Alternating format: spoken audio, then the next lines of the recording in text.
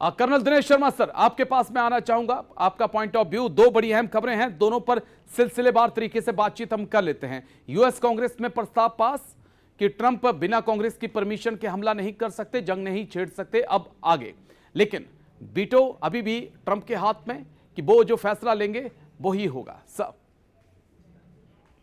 देखिए, ऐसा है कि मोर और लेस जो है, चाहे वो वर्ल्ड है जहां अमेरिका के अंदर के जो चुने हुए उनके सदस्य हैं, वो भी ये रियलाइज कर लिया है कि ट्रंप का जो है इस युद्ध के अंदर उलझना या अमेरिका को इन्वॉल्व करना, ये अमेरिका के हित के अंदर नहीं है।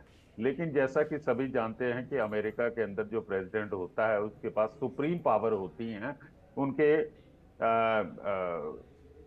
संविधान के मुताबिक। लेकिन उसके अंदर कई प्रोविजन भी हैं कि जैसे किसी के साथ युद्ध करना है या फोर्सेस को वहां से विड्रॉल करना, वो एक लिमिटेड पीरियड के लिए जो है प्रेसिडेंट के पास वो पावर हैं।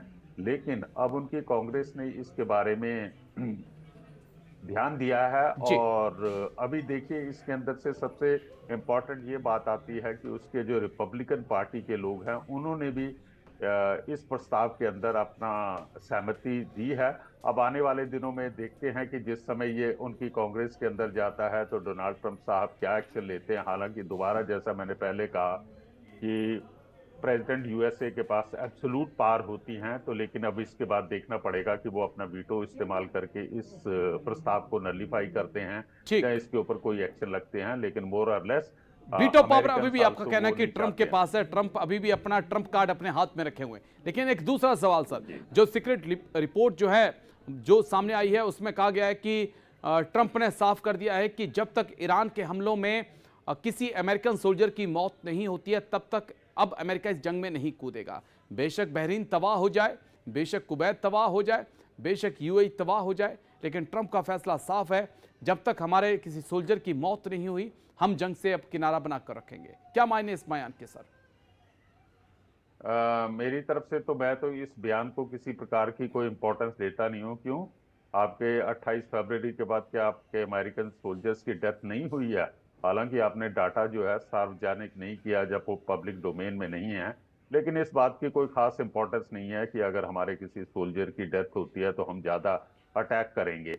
ये मेरा ख्याल है एक कैजुअल बयान दिया गया, जो कि डोनाल्ड ट्रंप की आदत है कि देर सवेर जो है कुछ ना कुछ बिना किसी तथ्यों के या बिना किसी बैकग्राउंड के वो जो है अपनी स्टेटमेंट देते रहेंगे। अभी हाल ही के दिनों में देखिए, 2 दिन पहले ईरान ने कहा कि अब अमेरिका के साथ हम किसी प्रकार का भी मैसेजेस का आदान प्रदान नहीं करेंगे। दूसरी तरफ डोनाल्ड ट्रंप कहता है कि ये एक प्रकार की जो है फेक न्यूज जो है उसको सर्कुलेट किया जा रहा है।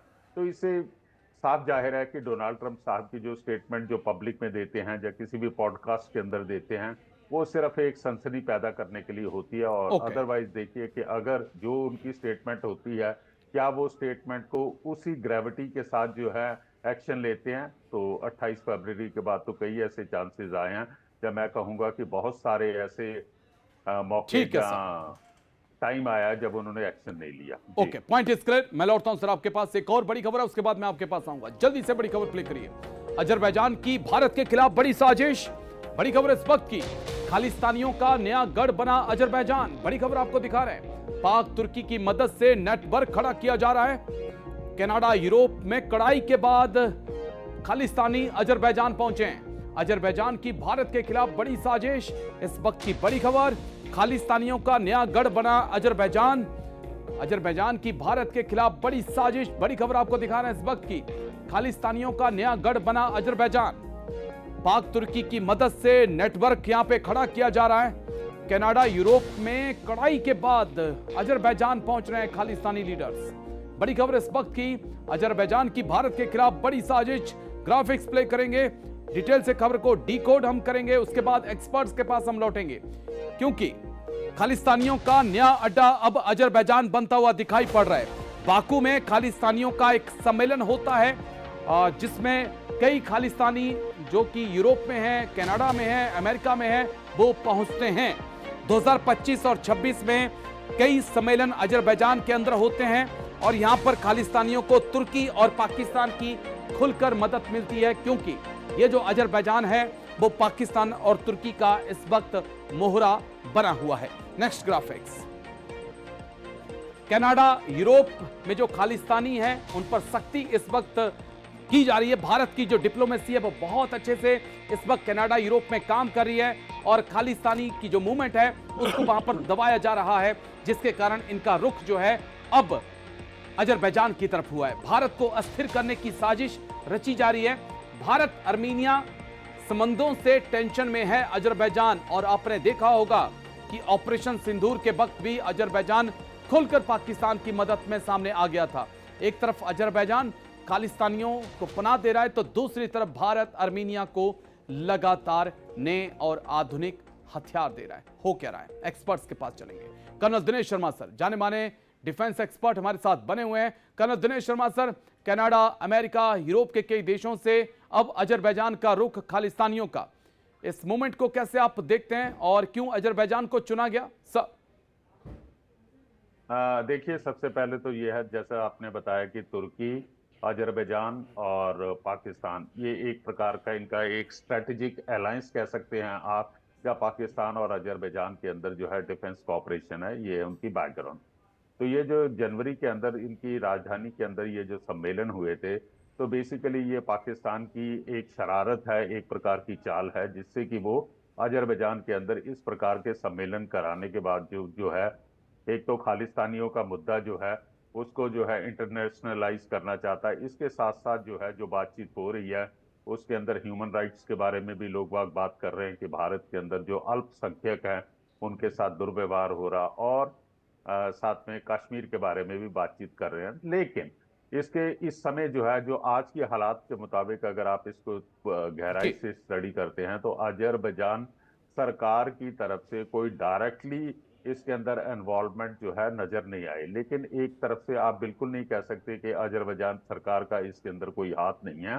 लेकिन जो अभी तक जो सम्मेलन हुए हैं, तो सम्मेलनों के अंदर एक जो है फ्रीडम ऑफ स्पीच के तौर के ऊपर, जैसे वो यूरोप वाले जब आपकी कंट्री करते हैं कि आप पीसफुली जो है अपनी बात को प्रकट कर सकते हैं। लेकिन ये भारत के लिए एक चिंता का विषय है कि एक और अन्य देश के अंदर भी, जो कि पाकिस्तान का एक प्रकार से मित्र देश है, जब पाकिस्तान की ठीक अलायंस के अंदर आता है, तो वहां पर भी जो है खालिस्तानियों के लिए एक मंच तैयार किया जा रहा है, जिससे कि वो एंटी इंडिया एक्टिविटीज को जारी रख सकें। लेकिन करते हैं। ठीक है, अननोन गनमैन वहां भी पहुंचेगा, इंतजार करना होगा। लौटता हूं सर, एक और बड़ी खबर है, उसके बाद मैं आपके पास आऊंगा। जल्दी से बड़ी खबर, भारत के ड्रोन सर्विलांस से घबराया बांग्लादेश। घुसपैठियों पर ड्रोन से नजर रख रहा भारत। बांग्लादेश ने भी तैनात किए तुर्की के TB2 ड्रोन। बीएसएफ और बीजीपी की बैठक में उठ सकता है यह मुद्दा। बड़ी खबर इस वक्त की, भारत के ड्रोन सर्विलांस से घबराया बांग्लादेश। घुसपैठियों पर ड्रोन से नजर रख रहा है भारत। बांग्लादेश ने भी तैनात किए तुर्की के TB2 ड्रोन। बीएसएफ और बीजीबी की बैठक में पूरा मुद्दा उठ सकता है, लेकिन पूरा मामला क्या है इसको हम डिकोड करेंगे। लेकिन पहले ग्राफिक्स, डिटेल से पूरी जानकारी कि आखिरकार भारत बांग्लादेश बॉर्डर पर हो क्या रहा है। बीएसएफ और बॉर्डर गार्ड बांग्लादेश के बीच डीजी लेवल की बैठक होनी है। 17 से 11 जून के बीच ये बातचीत होगी, मीटिंग्स होंगी, और ये मीटिंग्स दिल्ली में होंगी। आपको बता दें, साल में 2 बार बीएसएफ और Bangladesh guard, border guard Bangladesh के जो डीजी हैं वो मिलते हैं। घुसपैठ और सर्विलांस के मुद्दे पर दोनों देशों के बीच चर्चा होगी। नेक्स्ट ग्राफिक्स, भारत आएंगे मेजर जनरल अशरफ जमा। बांग्लादेश बॉर्डर पर ड्रोन से भारत लगातार निगरानी कर रहा है। अवैध घुसपैठ हो, मानव तस्करी हो, पशु की तस्करी हो, इसके ऊपर लगातार नजर भारत की तरफ से रखी जा रही है। नेक्स्ट ग्राफिक्स, खुले और घने जंगलों वाले इलाकों में ड्रोन बेहद सक्सेसफुल साबित हुआ है। स्मार्ट सर्विलांस ग्रिड तैयार कर रहा है भारत। बांग्लादेश ने भी तुर्की से लिए हुए ड्रोन TB2 को तैनात भारत की सीमा पर किया है। एक्सपर्ट्स के पास चलेंगे।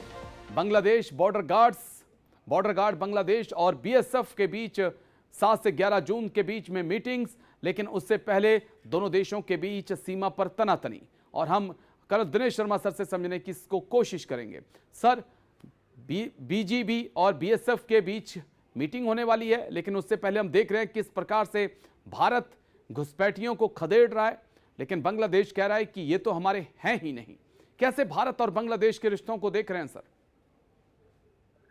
देखिए, जब जो इनका नया इलेक्शन आया और उसके बाद जो है इनकी नई सिविलियन गवर्नमेंट बनी है, तो मेरा ये मानना है कि बांग्लादेश की जो अभी इलेक्टेड गवर्नमेंट है वो नहीं चाहेगी कि किसी प्रकार का कोई झगड़ा जो है भारत के साथ मोल लिया जाए। हालांकि जो उनके जमात या रूढ़िवादी या कट्टरवादी हैं वो चाहेंगे कि इस मामले को ज्यादा उछाला जाए, पब्लिक डोमेन में लाया जाए। लेकिन बांग्लादेश को क्या जरूरत है वो डरने की? हम अपने इलाके के अंदर, हर देश की ये जिम्मेदारी बनती है कि अपने देश के जी बॉर्डर को सुरक्षित रखे। उसके लिए जो है हम अपने ड्रोन के द्वारा निगरानी रख रहे हैं। देखिए, 4 मई के बाद जो है बांग्लादेश बॉर्डर के ऊपर स्वाभाविक है कि वहां पर काफी एक्टिविटीज होगी, क्योंकि जिस प्रकार से भारत सरकार और स्टेट गवर्नमेंट जो है एक्शन ले रही है, ये अनऑथराइज बांग्लादेशी जो भारत के इलाके के अंदर रह रही है, तो उनको जांच पड़ताल की जा रही है, उनको जो है अलग कैंप्स के अंदर रखा जा रहा है। और काफी हद तक इस प्रकार की मीडिया रिपोर्ट्स आई हैं कि बांग्लादेशी खुद ही भाग के जो है वापस जो है बांग्लादेश के अंदर जा रहे हैं।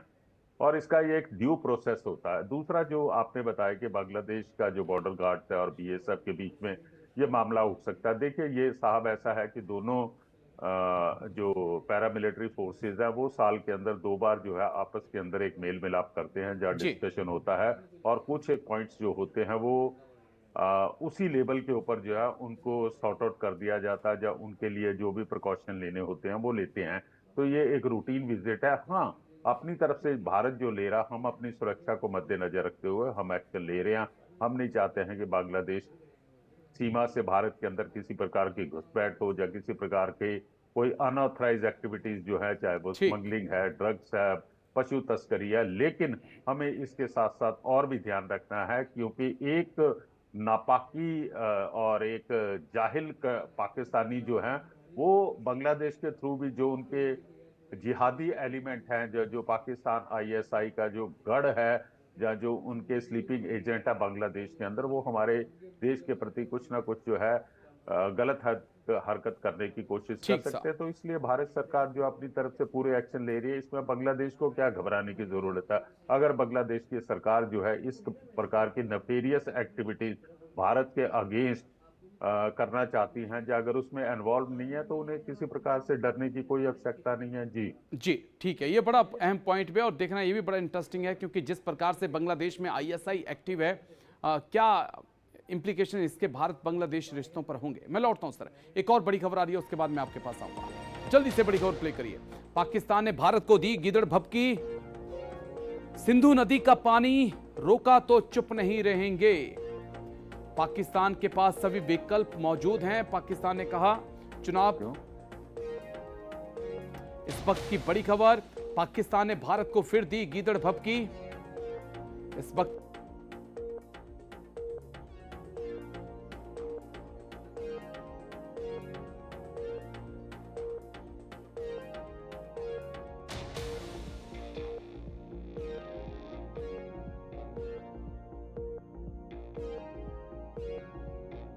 फिर दी गीदड़ भभकी, सिंधु नदी का पानी रोका तो चुप नहीं रहेंगे। पाकिस्तान के पास सभी विकल्प मौजूद हैं। पाकिस्तान ने गीदड़ भभकी भारत को दी है। पाकिस्तान ने भारत को दी गीदड़ भभकी। ग्राफिक्स के जरिए डिटेल से सारी जानकारी आप तक पहुंचाएंगे, फिर एक्सपर्ट्स के पास हम चलेंगे, खबर को डिकोड हम करेंगे। लेकिन पहले ग्राफिक्स के जरिए डिटेल से सारी जानकारी आपके सामने। भारत का प्लान, टेंशन में पाकिस्तान। क्या प्लान है? चिनाब नदी पर लिंक 3 परियोजना भारत बना रहा है। यहां पर चिनाब का जो अतिरिक्त पानी है उसे ब्यास नदी में मिलाया जाएगा। और इस पूरी परियोजना के लिए, क्योंकि पूरा टनल्स बनेंगी, सुरंगों के अंदर से पूरा पानी ब्यास नदी तक पहुंचाया जाएगा। पिछला ग्राफिक्स प्ले कर दीजिए।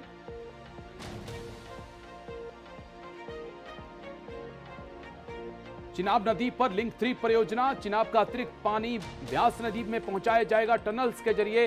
लागत आएगी 26.2 अरब भारतीय रुपए और भारत इसकी तैयारी कर चुका है, जिसके कारण पाकिस्तान का हल्क जो है वो सूख रहा है।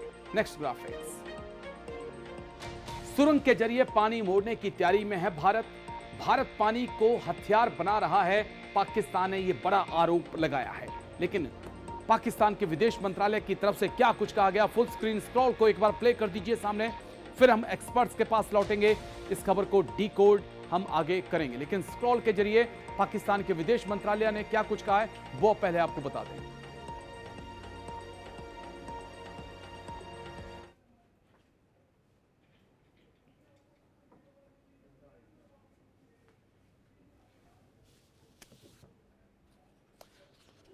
तो चिनाब नदी के पानी को भारत ब्यास की तरफ मोड़ रहा है और यहां पर पाकिस्तान को बड़ी मिर्ची लगी है।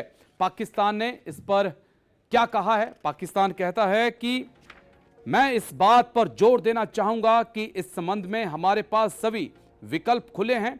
पाकिस्तान संधि के तहत अपने अधिकारों और हकों की रक्षा करने और अपने महत्वपूर्ण राष्ट्रीय हितों को सुरक्षित रखने के लिए सभी जरूरी विकल्प अपने पास रखता है। ये पाकिस्तान की बड़ी स्टेटमेंट है और ताहिर हुसैन अंदाबी हैं जिन्होंने ये बड़ा बयान दिया है। हम एक्सपर्ट्स के पास चलेंगे। कर्नल दिनेश शर्मा सर, जाने माने डिफेंस एक्सपर्ट, हमारे साथ बने हुए हैं। कर्नल दिनेश शर्मा सर, सिंधु नदी का पानी या कहें चिनाब का पानी भारत मोड़ रहा है, लेकिन परेशान पाकिस्तान हो रहा है। बात पानी की नहीं, बात उन गिदड़ भभकियों की है जो ऑपरेशन सिंदूर के बाद से अभी भी लगातार जारी हैं। सभी विकल्प खुले हैं। क्या पाकिस्तान एक बड़ा मैसेज दे रहा है? और भारत ने जो दुखती रग अब पाकिस्तान की दबा दी है, शायद असर बहुत गहरा हो रहा है सर उसका।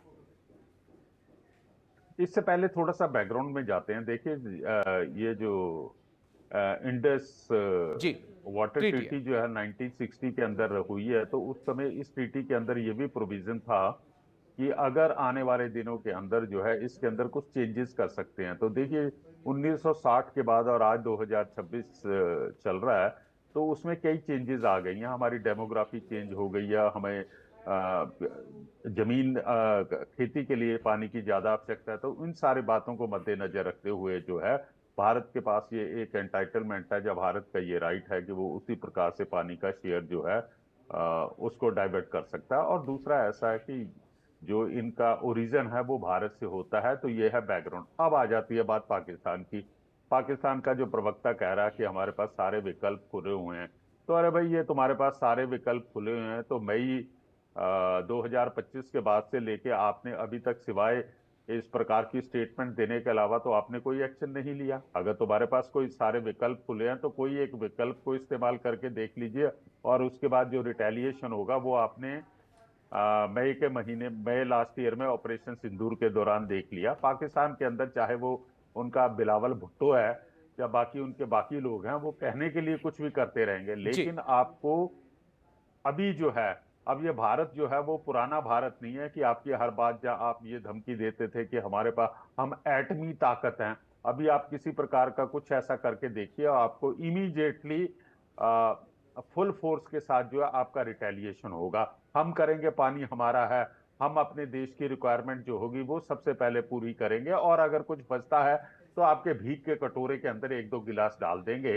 ये मेरा मानना है। लेकिन हमें किसी प्रकार से डरने की जरूरत नहीं। ये जिस प्रकार की स्टेटमेंट है, इस स्टेटमेंट के अंदर किसी प्रकार का कोई तथ्य या किसी प्रकार की कोई शक्ति नहीं है। ये बेसिक स्टेटमेंट है कि आप अपनी जो जनता है उनको थोड़ा सा उनका ध्यान डाइवर्ट कराने के लिए जो है आप इस प्रकार की स्टेटमेंट दे रहे हैं। क्योंकि आज की तारीख के अंदर पाकिस्तानी अवाम जो है, आप जानते हैं कि पेट्रोल का क्या रेट है, वहां पे खाने के लाले पड़े हुए हैं, आटा नॉर्मल आदमी के लिए। तो उस तरफ से अच्छा, इसके अलावा जो है बलूचिस्तान के अंदर क्या हो रहा, वो दोबारा आपकी जो है फौजियों से भरी हुई ट्रेन आती है, तो उसको ब्लास्ट करके जो।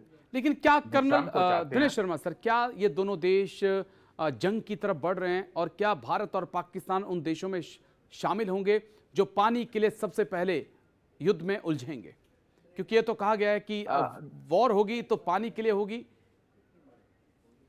देखिए, आने वाले दिनों के अंदर जिस प्रकार से पानी की शॉर्टेज ऑल ओवर वर्ल्ड हो रही है, आप क्या समझते हैं कि डोनाल्ड ट्रंप साहब जो है वो ग्रीनलैंड किस लिए लेना चाहते हैं? क्योंकि वहां पे पानी का, पीने के पानी का इतना बड़ा जो आइलैंड के अंदर है, पूरे वर्ल्ड का जो है, आई थिंक मैक्सिमम क्या डाटा मेरे पास नहीं है, लेकिन काफी हद तक पीने का पानी जहां वहां पे अवेलेबल है। यस, आने वाले दिनों के अंदर जिस प्रकार से मौसम के अंदर बदलाव आ रहा, क्लाइमेटिक चेंज आ रही है, बारिश कम हो रही है, तो आने आने वाले दिनों के अंदर पानी के लिए बहुत बड़ी एक समस्या पैदा हो जाएगी। और इसी चीज को मद्देनजर रखते हुए जिस प्रकार से ब्रह्मपुत्रा रिवर के ऊपर जो है चाइना बना रहा है, जो कि बिल्कुल सर। एक प्रकार से ये वाटर वेपन की तरह इस्तेमाल कर लेगा, तो मुझे कोई शक नहीं है कि आने वाले दिनों के अंदर पानी को लेकर दुनिया एक भर में लड़ाई संघर्ष हो आपका सकती कहना है है। कि पानी को लेकर होने वाला है, लेकिन शुरुआत ऐसा ना हो कि भारत और पाकिस्तान के साथ ही हो। चलिए मैं लौटता हूं, एक और बड़ी नहीं, खबर है जी, मैं आता हूं सर आपके पास। भारत के दौरे पर वेनेजुएलाई राष्ट्रपति आई हैं। हॉर्मुज संकट के बीच भारत का अहम दौरा किया है। पीएम मोदी और रॉड्रीगेज के बीच अहम मुलाकात हुई है। दोनों देशों के बीच तेल सप्लाई का समझौता संभव। इस वक्त की बड़ी खबर, भारत के दौरे पर वेनेजुएला के राष्ट्रपति आए हैं। भारत के दौरे पर वेनेजुएला के राष्ट्रपति रॉड्रीगेज। हॉर्मुज संकट के बीच ये भारत का अहम दौरा, पीएम मोदी और रॉड्रीगेज की अहम मुलाकात हुई है। दोनों देशों के बीच तेल सप्लाई का समझौता संभव है। भारत के दौरे पर वेनेजुएला के राष्ट्रपति रॉड्रीगेज। ग्राफिक्स प्ले करिए, डिटेल से सारी जानकारी आप तक देंगे, उसके बाद हम एक्सपर्ट्स के पास चलेंगे। लेकिन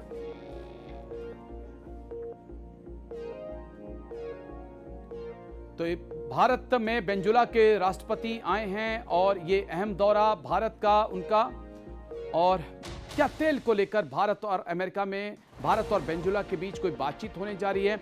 एक वक्त था जब भारत वेनेजुएला से ही तेल खरीदता था, फिर एक वक्त ऐसा आया जब ये शून्य तक पहुंचा, लेकिन फिर एक ऐसा वक्त आया जब भारत वेनेजुएला से फिर तेल खरीद रहा है। इस पूरे घटनाक्रम को भी हम समझेंगे, लेकिन अहम ये दौरा उस वक्त जिस वक्त हॉर्मुज पर ईरान ने, अमेरिका ने नाकेबंदी कर रखी है और तेल सप्लाई जो है ठप पड़ी हुई है।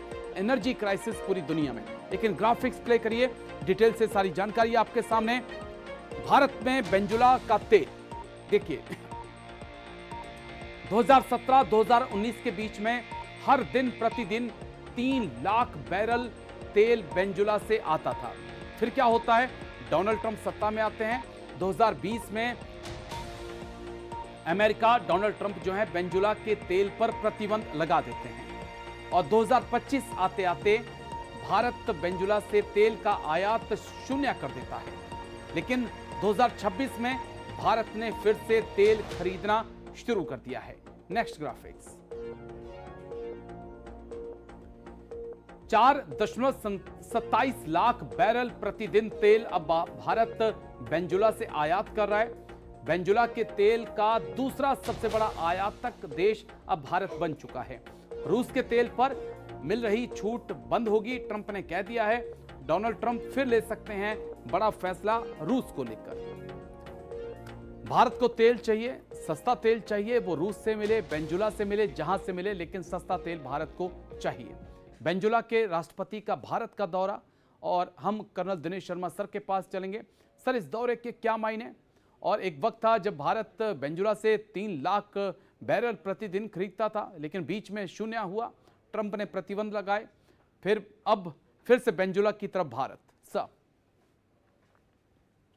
देखिए, सबसे पहले तो जो ये राष्ट्रपति आए हैं वहां के कंट्री के, तो ये तो बेसिकली एक प्रकार से ये डोनाल्ड ट्रंप की पपट हैं जी। अगर आप कहें कि ये पूरी तरह से इनका कंट्रोल है वेनेजुएला के ऊपर, तो मैं समझता हूं कि उनकी अथॉरिटी और कंट्रोल के ऊपर एक प्रश्न चिन्ह लगता है, क्योंकि उन्हें एक प्रकार से जो है डोनाल्ड ट्रंप साहब का आशीर्वाद प्राप्त है, जो कि वो अब राष्ट्रपति बन गई हैं मदुरो के बाद। यस, तेल जो है भारत की एक वीकनेस है। 2000 जैसा आपने ग्राफिक के अंदर बताया गया कि वेनेजुएला से हम तेल ले रहे थे, क्योंकि हमारी जरूरतें जो है तेल की जरूरतें हैं। और हम भारत जो है, भारत की सबसे बड़ी ब्यूटी है कि हम सारे के सारे अपने अंडे जो हैं वो एक बास्केट में नहीं डालते हैं। वो हम पहले भी ले रहे थे, मिडिल ईस्ट से ले रहे थे, और साथ के साथ जो बाकी देशों से ले रहे थे। अब ये वेनेजुएला का यहाँ पे आना, इनके राष्ट्रपति का यहाँ पे आना, तो स्वाभाविक तौर के ऊपर है कि दोनों की जरूरतें हैं। उन्हें भी अपना तेल जो है बेचना है और अपनी देश की आर्थिक स्थिति को उभारना है। और भारत की ये इस समय जो है जरूरत है, क्योंकि जिस प्रकार से हार्मुज के अंदर और मिडिल ईस्ट के अंदर जो क्राइसिस चल रहे हैं, तो हमें अपनी तेल की उसके ऊपर डिपेंड करना पड़ेगा और वेनेजुएला से लाना पड़ेगा, वहां से हमें थोड़ा सस्ता मिल जाता। दूसरी बात, अब आपने कहा था कि जो रशिया से हमें तेल मिल रहा है उसके ऊपर डोनाल्ड ट्रंप जो छूट मिली उसके ऊपर जो है वो किसी किस्म की दोबारा रिस्ट्रिक्शन लगा सकते हैं, लेकिन मेरा मानना है कि जिस प्रकार से डोनाल्ड ट्रंप की इस समय उनकी कंडीशन है, जी डोनाल्ड ट्रंप तो नहीं, मैं कहूंगा अमेरिका कहूंगा, मुझे नहीं लगता है कि वो रशिया को नाराज करेंगे जब भारत के साथ किसी प्रकार की वो नाराजगी मोल लेने की पोजीशन में है। क्योंकि आपने हाल ही में देखा कि जिस समय इतना बड़ा युद्ध चल रहा था, उनका जो है फॉरेन मिनिस्टर जो है 4 दिन के लिए भारत के अंदर आया हुआ है, तो उसको भी मालूम है कि इस समय में अमेरिका, जिसका कोई भी मित्र नहीं है या कोई सपोर्टर नहीं है,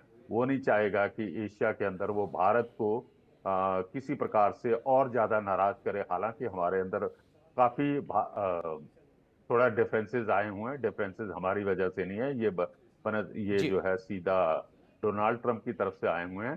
तो ये एक अच्छी विजेट है, अगर हमें और सस्ता तेल मिलता है और रेगुलर मिलता है, क्योंकि स्टेट ऑफ हार्मुज का जो है अनसर्टेनिटी बनी हुई है, पता नहीं कब डोनाल्ड ट्रंप और ईरान के अंदर आपस के अंदर बातचीत खत्म होगी, स्टेट ऑफ हार्मुज खुलेगा, तो हमें जो है अपने सारे ऑप्शन जो है खुले रखने हैं। तो मैं उनकी विजिट का एक नागरिक होने के नाते स्वागत करता हूं, क्योंकि ये जी हमारे देश के हित के लिए। जी जी एक सवाल कर्नल दिनेश शर्मा सर, और क्योंकि स्टेट ऑफ हॉर्मुज का जिक्र आपने किया, अमेरिका काफ़ी एक्टिव है, हम देख रहे हैं कि नेटो भी एक्टिव हो रहा है। एशिया के देशों को कहाँ आप देख रहे हैं जिनका तेल यहाँ से आता है, जिनकी गैस यहाँ से आती है? उसमें Bharat, Japan, Philippines, south Korea, तमाम देशों को आप रख सकते हैं। यहाँ पर एक चुप्पी है, एक सन्नाटा है। देखिए, बाकी देशों के बारे में तो इस पोजीशन में नहीं है, मैं आपको सही जी साउथ कोरिया जो है वो इस पोजीशन में नहीं है कि वो अमेरिका के साथ किसी प्रकार की डायरेक्ट कन्फ्रंटेशन कर सके। और डोनाल्ड ट्रंप साहब एक इस प्रकार के व्यक्ति हैं जो कि इवन अपना हेल्दी क्रिटिसिज्म भी जो है वो बर्दाश्त नहीं कर सकते। तो ना जापान और साउथ कोरिया जो है वो सिक्योरिटी की गारंटी जो है वो अमेरिका से मिली हुई है, और वो किसी भी हालत के अंदर जो अमेरिका को इस मुकाम के ऊपर, जहां एट दिस जंक्टर जो है वो डोनाल्ड ट्रंप को जो है नाराज करने की पोजीशन में नहीं है। अब बात आ जाती है चाइना की। तो देखिए साहब, चाइना ने क्लियर कट जो है अपनी पोजीशन जो है क्लियर कर दी थी जिस समय डोनाल्ड ट्रंप आए हुए थे। जी सब क्लियर कट हो गया है। और जिस प्रकार की मीडिया की खबरें आ रही हैं कि इनके जहाज जो हैं स्टेट ऑफ हार्मुज से जो है तेल लेकर निकल रहे हैं, तो इसलिए इनकी भी प्रॉब्लम जो है कोई नहीं है। भारत जो है, भारत के जो जितने भी जो मीडिया रिपोर्ट के मुताबिक जैसे भी मिनिस्ट्री ऑफ फॉरेन अफेयर्स की भारत की तरफ से जो इंफॉर्मेशन दी जाती है, हमारे जहाज जो हैं वो आ रहे हैं, पर एट द सेम टाइम जी जो है हम जो है अपना तेल जो है बाकी जगहों से भी आयात करके भारत की जो जरूरत है उनका पूरा किया जा सकता। अब सवाल ये उठ जाता है कि हम क्यों नहीं रिएक्ट कर रहे हैं। देखिए साहब, आपने देखा होगा पिछले 1 साल से जब ऑपरेशन सिंदूर से या टैरिफ के टाइम के ऊपर भारत जो है अपनी स्ट्रेटेजिक पेशेंस को हमेशा रखता है। ठीक है। जैसे हमारी स्ट्रेटेजिक ऑटोनॉमी को हम इस्तेमाल करते हैं, हम किसी के प्रेशर के अंदर काम नहीं करते हैं, उसी प्रकार से हम अपनी स्ट्रेटेजिक पेशेंस का प्रयोग इस्तेमाल करते इस हैं। हम वक्त करें, छोटी छोटी सी बातें जहां हमें कोई उकसाने की कोशिश करता, हम उसके ऊपर जवाब नहीं इमीडिएटली देते हैं, रिएक्ट नहीं लेकिन करते हैं। जैसे कि आपके ये पाकिस्तानी जिहादी जो हैं, ठीक है गवर्नमेंट सर। जो है छोटी छोटी सी बातों के ऊपर कहेंगे कि हमारे पास सारे विकल्प खुले हुए हैं। तो हम नहीं करते, हमने जो करना है वो हम करते हैं, लेकिन हम करेंगे। बोलते और नहीं हम है। अपना ठीक है कर्नल दिनेश शर्मा सर, शुक्रिया आपका हमारे साथ जुड़ने के लिए, आपने समय दिया, शुक्रिया इसके लिए। इसी बीच आगे बढ़ेंगे, एक और बड़ी खबर हम आपको दिखाएंगे। आगे बढ़ते हैं, बड़ी खबर इस वक्त की। ट्रंप के दामाद हैं जेरेड कुशनर, उनके खिलाफ विरोध हुआ है। लग्जरी रिजॉर्ट मामले में विरोध हुआ है। प्रदर्शनकारी बोले अल्बानिया बिकाऊ नहीं है। भूमि के अधिग्रहण की जांच के आदेश दिए गए हैं। बड़ी खबर इस वक्त की, ट्रंप के दामाद जेरेड कुशनर का अल्बानिया में विरोध। ट्रंप के दामाद जेरेड कुशनर का अल्बानिया में विरोध हुआ है। लग्जरी रिजॉर्ट प्रोजेक्ट के खिलाफ सड़कों पर लोग उतरे हैं। प्रदर्शनकारी बोले अल्बानिया बिकाऊ नहीं है। भूमि के अधिग्रहण की जांच के आदेश दिए गए हैं। विरोध की तस्वीरें एमबीएस के साथ जरा प्ले कर दीजिए।